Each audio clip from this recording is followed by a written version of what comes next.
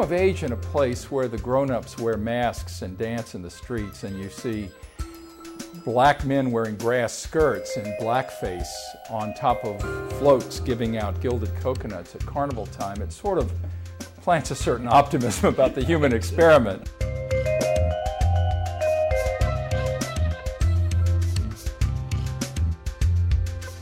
Jason Berry single-handedly touched off the firestorm of controversy over sexual predators in the Catholic Church with his 1992 book, Lead Us Not Into Temptation.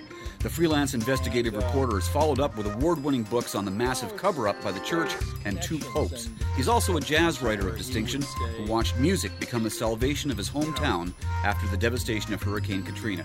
We met Jason Berry in New Orleans. Jason, New Orleans is a polyglot place, and I was thinking as I was getting ready to prepare myself to talk to you that in a way your background fits in perfectly, your family background kind of fits in perfectly with what New Orleans is. Your background is diverse to say the least, isn't it? It is indeed. Yeah. My great-grandmother came from Veracruz in the 1920s and then moved to Texas. My mother grew up in Texas, came here during the war. My dad was from Arkansas, and they met here. So I've got Irish and Mexican on one side, and I guess my dad was sort of an Arkansas Huguenot who came south. Growing up in a town like this, you appreciate diversity, as we now call it, as a very slow sort of process. When you come of age in a place where the grown-ups wear masks and dance in the streets, and you see black men wearing grass skirts and blackface on top of floats giving out gilded coconuts at carnival time, it sort of plants a certain optimism about the human experiment. Yeah, that's a nice way to put it. An optimism about the human spirit. Well, tell me a little bit about growing up in this town. I mean, as I've told you, I've been here a number of times. I think one of the reasons that I like it, probably many people do, is it is, if I can quote Mark Knopfler, it is the planet of New Orleans. I mean, it does seem like its own place. Growing up, what was it like? It was a magical place, frankly, to be a kid in. And not just because of Mardi Gras and the parades during the years, but during each year. But, it was a sort of place where one rubbed elbows with people of different colors, and you didn't think that much of it until you got old enough to realize that segregation was the law. I can remember as a child riding the streetcar with my grandmother, and the sign that said colored only, sitting in the back, whites in the front. And gradually you as a young person, learn to wonder about that. And I suppose I was about 10, or maybe a little bit older, when the civil rights movement erupted, and I can remember sitting in the living room with my parents watching on television as mobs at City Hall were in a near riot stage saying 2468, we don't want to integrate. And of course we had black people who worked for our family, a woman from Honduras who came and lived with us. And it was such a jarring image of the city that seemed so kind and serene in its racial relations. Obviously, by the time I got older and got to know black people, I realized that there was a whole hidden history that I was unaware of. But I think Mardi Gras had a lot to do with a kind of softening of the jagged edges between the races that you find in many other parts of the South during that period of history. Do you recall at all being shocked when you discovered that maybe the city you knew as you were growing up had another side to it that you may not have been aware of? Yes, but it happened later. I got out of college. Well, I went to Jesuit high school in the 1960s, and there were probably 7 or 8 African-American guys in my graduating class, although we didn't use that term at that time. And, the two overarching issues of that period in my life were the civil rights movement that was happening every night on television, and the Second Vatican Council in Rome that was changing an institution nearly 2,000 years old. Mm-hmm. By the time I got out of Georgetown in 1971, the civil rights movement had seen its crest. I went to Mississippi to work for a black candidate for governor, Charles Evers. When I came back to New Orleans in 1972 and got to work on my first book, it was at that point that I really took a much harder, deeper look at where I had grown up and where I decided ultimately that I would come back and live. So these sorts of things, creep gradually upon one's psyche. And I think the main thing that I sort of carried out of those years was the realization that black people looked at us in a certain way but didn't always articulate what they felt. And white people, in contrast, once the law changed, wanted very much to feel innocent. And I was never particularly comfortable with the innocence. Right. So tell me the beginning. Your work with Charles Evers led to a book that you wrote about him. Were you always inclined to go in that direction? Was that the career path you planned for yourself, to start doing that sort of writing? Not exactly. I wanted to be a writer, I think from the time I was probably 10. My mother read to me a great deal. I lived in a house with books. I was a voracious reader. I wrote stories. As a kid coming up, I would go see science fiction movies, get frightened by them, come home, write out my version of them. Plagiarism at an early age.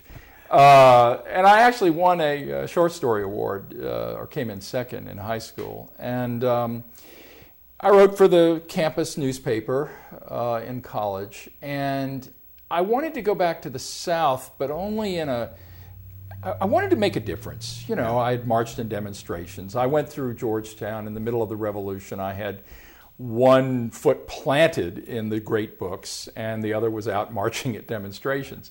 So when I realized that Evers was going to run for governor, I knew someone in Mississippi who was close to someone who knew him, 3 degrees of separation. Right. And so I just drove down there after college and presented myself as a volunteer. He and I had an immediate kind of spark.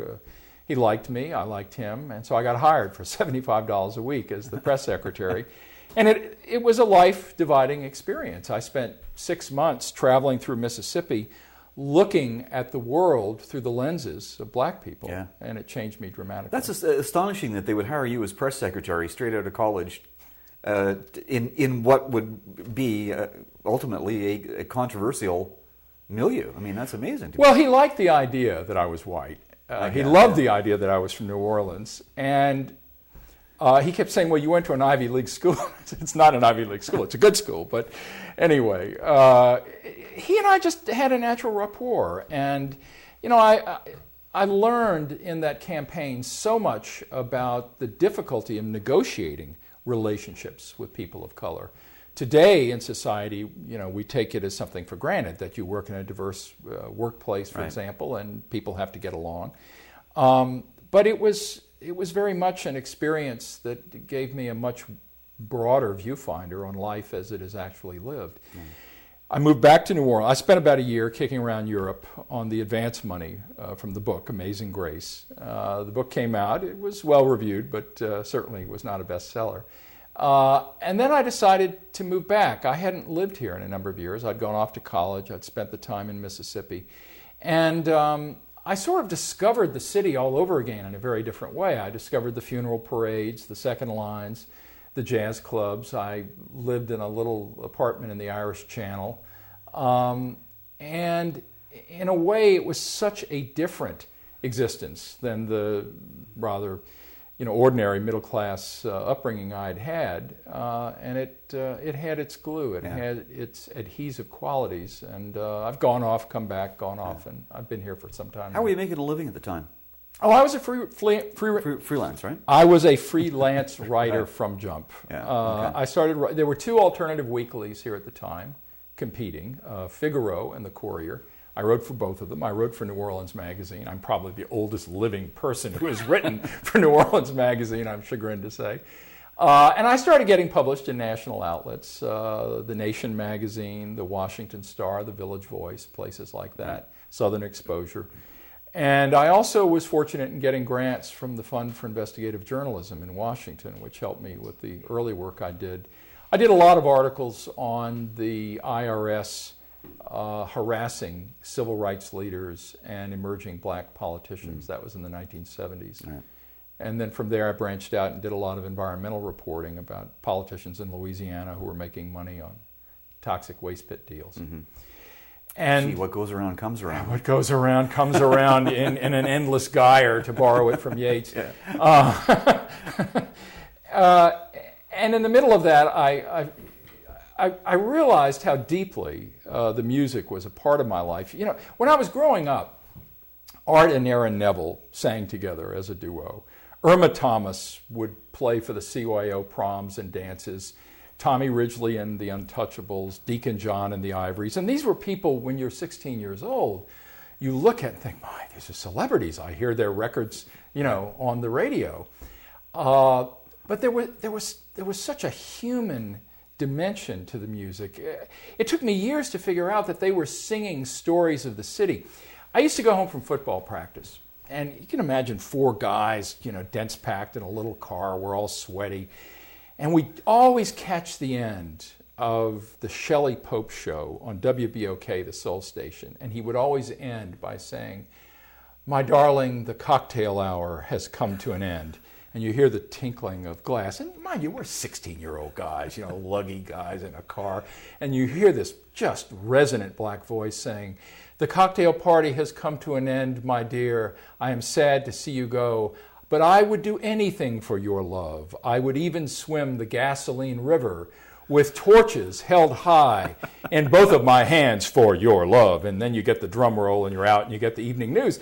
I mean, when you grow up in a place like that, as I say, it plants a certain optimism about human relations. No kidding. So when I started not knowing anything about music except that I loved it and that I grew up dancing to R&B, when I started writing articles about musicians in the 1975, I guess was the first one, it just sort of came natural. But what was so different now was that I was learning the backstories, the histories of these people, and I would go often and spend 3 or 4 hours with a tape recorder jotting notes, not really sure where all of this was going beyond a 1,000-word profile. Yeah. And gradually, as I got that baseline of interviews, I branched out into video work and did my first film, Up from the Cradle of Jazz. Okay, I want to come back to the music thing afterwards, but I want to talk now about the other side of this, because there is this two-sided nature of the work that you do. Mm-hmm. At what point did you start applying your investigative journalistic techniques to looking at what was going on in the Catholic Church? I mean, you did a story early on about a priest in Lafayette, right? Was that the first? Yeah. Well, that came a little later. That was in 1985. Okay. I was finishing Up from the Cradle of Jazz, Right. the first edition of that book. And I was also at work on a novel and very much wanted to finish it. And then I got access to read the deposition of the bishop who had recycled this pedophile to a great many parishes. Mind you, this was at the end of 1984. Nothing remotely suggesting a scandal of magnitude in the Catholic Church was on the national radar screen at that time. And so I got an assignment, a joint assignment, from the Times of Acadiana, a weekly paper in Lafayette, the hub of Cajun country, and the National Catholic Reporter, which is an independent weekly in Kansas City. I should add, I had pitched the New York Times Magazine. I'd just done a piece for them. They said no. I tried everybody, Mother Jones, Vanity Fair, even The Nation. Everybody said no, not for us, we don't want it. And so I did this 3-part series that got a lot of national attention, and soon along I started getting leads from other parts of the country. The story that drew me was not that one man could be pathologically ill and sexually focused on children, and happen to be a priest. Priests are human beings, as we all are. To me, and remember, this is 11 years after Watergate, 10 years after Watergate, it was really what the bishop knew, when he knew it, and why he kept moving this man around. That story has now all become a cliche in news coverage, but at that time, no one else had done it. It took a long time to get all the facts. I had a lot of priests, interestingly, who gave me information, and several nuns. So when the series came out, it made quite a... It hit hard and got a lot of ripple effect, and then I ended up working on a book, which only took 7 years to do. Yeah. Now tell me a little bit about that, because when you talk about getting information from other priests and nuns and so on, Was this information that was offered up to you in a kind of clandestine, surreptitious manner, or were people being forthright about it, or was it something that was so upsetting to them that they didn't want to be on the record? I mean, I'm assuming this was difficult to dig out stuff. It was laborious. Yeah. I spent hours every day on the phone, 6, 8, 10 hours a day on the phone. Most of the priests and nuns I interviewed only agreed to do it on a background basis. They didn't want their names used for fear of retribution. Yes. There was also a lot of information that had come out through the legal process, through these civil lawsuits. So I was able to get certain names and then ask about the names in these documents. And the deeper I got into it, the more I realized that there was this hidden world that I had no idea about. I'd had quite benevolent experiences with the nuns and priests who taught me coming up. I had friendships with several of them. And in fact, as I got into the reporting, I even went back to a couple of the Jesuits I knew just to have sort of baseline conversations. Mm-hmm. And I remember one guy very, very clearly saying to me, "This has to come out. You've got to get it out." So a lot of these people didn't want to speak to you, for obvious reasons. But getting the material. Well, I guess what I really want to ask you is, what did this do to you and your faith as you began to see the extent of some of this stuff? Well, it's a struggle that's still going on, to be candid. In the beginning, I was very angry. At some points, almost furious. I remember spending an afternoon in Lafayette interviewing 5 women who were siblings, sisters, who had all been systematically abused, one right after the other chronologically, by a priest, a guy named John Engbers, a Dutchman, who had been an art teacher in this little Cajun community. And, after spending the entire day with their attorney, just taking down their stories, so to speak, watching their body language, listening to the choked voices, sheets of cigarette smoke, people pacing. I wrote the story, I guess it was 1 or 2 nights later, and I just was so enraged at this man. And so, I went to see a therapist to talk about the anger. Mm-hmm. I managed to get through it. I had an upbringing very much in harmony with the faith. My great-grandmother from Veracruz, who I guess I was 15 when she died, and her daughter, my grandmother, with whom I was very close, had such a festive idea of faith and lighting the candles, the memory I had of bells, and of just the serenity of sitting with those women during the services. My mother was often there. My dad joined the church much later on. But comparing that and the rigorous idea of faith I'd gotten from the Jesuit priests in high school, who stressed this idea that faith and reason need not collide, that one could embrace science and have a healthy idea of your own spiritual life. All of that was just swimming around as I got deeper and deeper into this corrupt depth of the church. And it took a long time to work out. And I think a lot of it, in a way, had to do with the birth of my second child. My younger daughter, Ariel, was born with Down syndrome in 1991. And I had to immediately embrace the idea that this, precious little infant was going to be retarded and would need a lot of help and work. And I went back to church. I prayed a great deal for her health, for her survival. She had... So your faith sustained you during this? It did. Yeah, it did. I didn't have any place else to go. Right. A situation like that, I guess one either becomes angry and disillusioned and embittered, or you embrace what comes your way and, put on your sunglasses and go through life. And as Ariel got older, watching her consciousness slowly bud and the beautiful love that her sister, my older daughter Simonette, had for her little sister. All of that was part of a sort of spiritual aura that I moved in when I published the book in 1992, Lead Us Not Into Temptation, which was my third book. Ariel was just a year. Simonette, I guess, was 7.5 by then.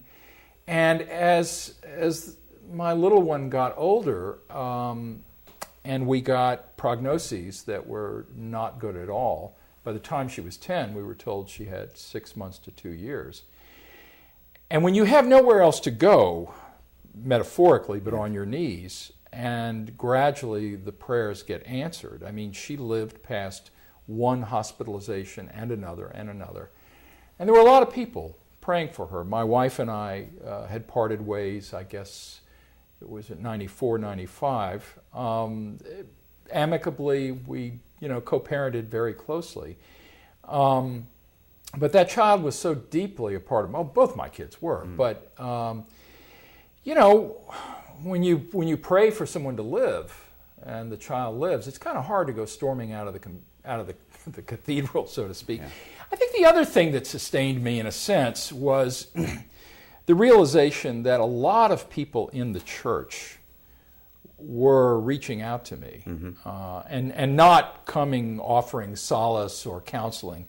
I had a lot of priests and nuns who were giving me information, who were sending me emails and letters saying, you're doing the right thing, keep doing it. Even though, I came to feel that a lot of the bishops were sort of like gangsters. And in a way, I didn't want those bishops to rob me of an essence of myself and to take something from me that had matured in other respects quite nicely. As you're describing that, I'm trying to imagine what it would be like, or what it must have been like for you at that time. The book comes out, Lead Us Not Into Temptation comes out. That's like the match lit to the end of the fuse that starts what we still see going on today. Right. So you have the impact of that. You have your daughter going through this. Your marriage falls apart. You're the repository on a continual basis of more information that will become the source of other books that you will write. I can't imagine how you could. I'm assuming it had to have been the faith that got you through all of that, because that seems like an overwhelming confluence of events and circumstances for most people. It was a tough period. In '92, I was on every television program in this country and made a few stops in Toronto and was nicely received by the CBC. Looking back on it, I had no idea that the 2 years following that would be so difficult, but they were. Faith was sustaining. I don't want to sound trite, but the music was also very important to me. Okay. I spent a lot of time going to black churches listening to gospel music. And in fact, one of the things that really kind of renewed my own faith back in 1971 in Mississippi, a lot of the campaign tours went to these small black churches, retracing the geography of the civil rights movement, if you will, and listening to those choirs sing Amazing Grace, Oh, What a Friend We Have in Jesus, Jesus on the Main Line. There's such an intense personal connection with the Savior in the black tradition that is quite foreign to the Catholicism of my youth, where we had the Latin Mass. Yes. There's more of an austerity or a serenity, kind of a nobility associated with it. But I was kind of moving between those two cultural spheres, and often I would end up doing a story, spending an afternoon or a morning in a gospel church, and I just left feeling there is a plan here. I don't know where I fit in, but I'm not being brought to my knees every night, and you just sort of get through. And fortunately, what I learned about the Catholic Church in those first 7 years, on a certain level, I don't want to say it was frightening, but it was so deeply demoralizing. And I realized that it was very important for me to be living in this town where the flow of life percolated to streams of music. And every time someone died and there was a jazz funeral, I could go there and feel the tides of a resurrection sensibility. And redemption came in the form of music, not just prayer. All of that was very sustaining to me, and it gave me a deeper sense of my own rootedness. And it was quite important to have that while writing about those other kinds of things. Yeah. All right. You went on to write about one man in particular who became kind of a flashpoint for a lot of what you had written about before, the Maciel. He was a bishop? No, he was the founder of the Legionaries. Legionaries of Christ, right? A religious order, yeah. yes. But fully integrated and ensconced within the Roman Catholic Church hierarchy. Oh, within the Vatican Curia, yeah. Yes. Right. Tell me a little bit about how you got onto that story and where that ended up leading you. Sure. 1994, I got a call from Arturo Jurado, Mexican national, who was teaching at the Defense Languages Institute in Monterey, California. And when he introduced himself and told me where he worked, the first thing I thought was, okay, he's got a defense clearance national security clearance in order to work in an institute. The Defense Languages School teaches people for the CIA, the Defense Department. I've also learned they teach anchor people from TV stations in California. But no, it's a place that largely, historically, has taught members of the American government who are going to go overseas.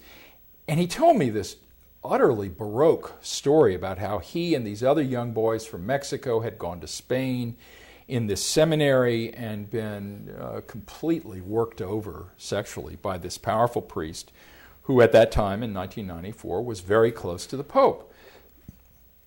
And frankly, at that point in time, I didn't want to write about this anymore. Yeah. I had done my book, I felt like Cincinnatus looking for the plow. And I said, okay, well, send me documents, send me what you have. He did. There were 9 long notarized statements, all but one of them in Spanish. And I read Spanish reasonably well, so I understood exactly what they were saying. And on top of it was a letter in English that one of these men, Juan Vaca, who by this time was a psychology professor in Long Island, who had long since left religious life, had written to Pope John Paul II, saying, I was abused repeatedly as a young man. In his 1989 letter, he was requesting to be released from his vows so he could marry. So I'm reading this letter 5 years later after he has left religious life. So I got on the phone, called him, and Juan was very uneasy about discussing it over the phone. I could hear the emotion, the tremors in his voice. We got through the interview. I swore to be truthful to the Holy See. Another priest took down my words as I spoke. Maciel was my leader before he abused me. He was my role model, taking my father and my mother's place in my life. So my family became that Legion of Christ group. We used to go to evening prayers around 9:30. So after I was in bed, a companion called me and he said, Nuestro Padre wants to see you right now. He's in his bedroom. I right away went to see him. And he whispered to me, he said, come closer. Come closer.